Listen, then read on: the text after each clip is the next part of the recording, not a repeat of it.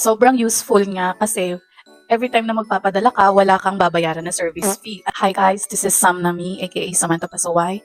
First time OFW. Meron akong i-share na ngayon ko lang nalaman and hindi ko alam kung alam nyo na to, pero if alam mo na to, you can skip this video.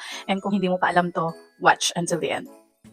Sa ating mga OFW, mandatory na nagpapadala tayo ng cash or money sa mahal natin sa buhay sa Pilipinas. So nung bago pa ako dito, nagtanong-tanong ako sa mga datihan na dito sa abroad kung paano makales or kung paano magpadala. So yung katrabaho ko na dati nandito sa ginagamit niyang app is Bark app.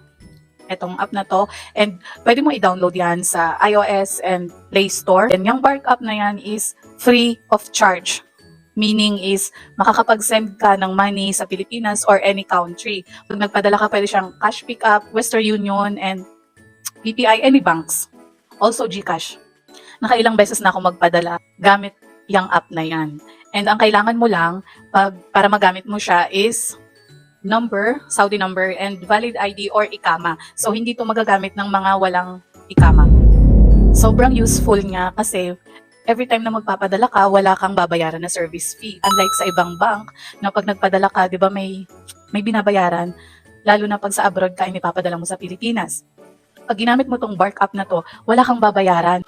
And mas malaki yung palitan or exchange rate pag magpapadala ka sa Pilipinas. Unlike sa ibang bank. And also sa mga padalahan like remittance, pag nag-direct ka kasi sa bank mo, and then ipapadala mo siya sa remittance, may bawas pa yon, depende pa sa palitan. So may possibility na mababa yung ma-receive ng loved ones nyo. Pero pag ginamit mo yung Bark app, wala kang babayarang service fee and makikita mo yung matatanggap ng papadalhan mo.